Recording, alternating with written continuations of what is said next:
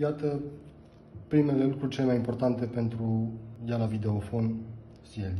Avem aici manuale, limba engleză, limba română, tiparul pentru cum se dau găurile sau trebuie poziționată pe uși, panoul frontal care va veni afară, aici este camera, aici este afișajul pentru dată oră, sonerie, citire card, zonă de amprentă.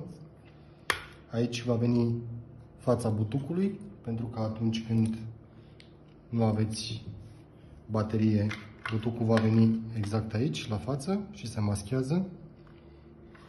Aveți de asemenea și un port USB, în cazul în care nu mai aveți curent să-i dați cu telefonul. Acesta este panoul din casă. Aici este afișajul video. Acesta este mânerul de deschidere-închidere, mâner acționat automat din casă, mâner de blocare, blocare electronică a ialei din casă, astfel că nu mai poate să iasă nimeni. Aici este carcasa pentru butuc, două carduri, cablu de încărcare pentru acumulator,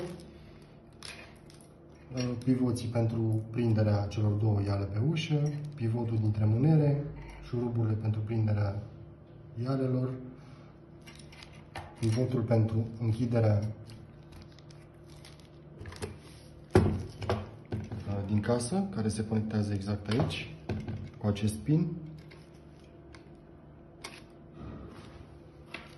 cheile mecanice, broasca și acumulatorul, care vine instalat în panoul din casă, se împinge. Aici are portul de încărcare pentru că atunci când se va descărca să-l puteți încărca și se poziționează în locaș, după care se introduce carcasa la loc.